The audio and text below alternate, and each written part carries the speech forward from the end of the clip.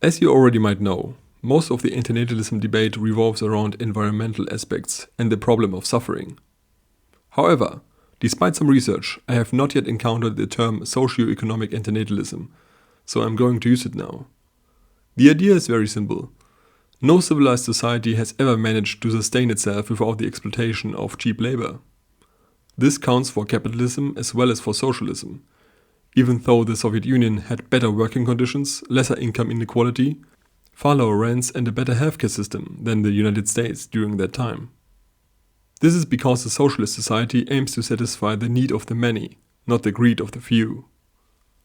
Still, even a socialist economy requires a substantial labor force that has to execute the undesirable work.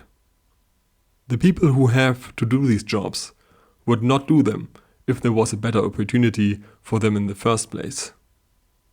Here the capitalist system tries to sell the idea that everyone can achieve their dreams if they just dedicate themselves to them, completely ignoring the fact that a critical number of such dedicated people would actually break up the system itself.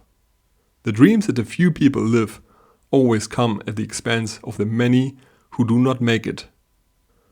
No system has ever achieved the goal of creating a society that grants all people the possibility to live their dreams. Certainly, the individual person can, given the adequate options and capabilities, achieve her goal as long as this person belongs to a minority. Now, one might argue that one day, all the undesirable jobs will be executed by machines. For the sake of the argument, let's assume this bold assumption might reveal itself as the truth. But it does not answer the question how we will distribute the resources and the living standard we are willing to provide for each individual. Neither capitalism nor socialism has lived up to the propaganda. Capitalism suffers from its inherent flaw of trying to maximize profit while destroying the environment and concentrating the wealth in the hands of a few capitalists, whereas socialism was betrayed by corrupt statesmen. Neither the emancipation by a free market nor the rule of the proletariat belong to the accomplished goals.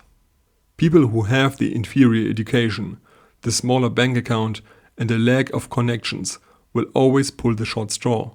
This is a universal rule, which is proved by the exception. This exception is promoted by Hollywood movies, which glorify the single winner while ignoring the many losers that are his stepping stones.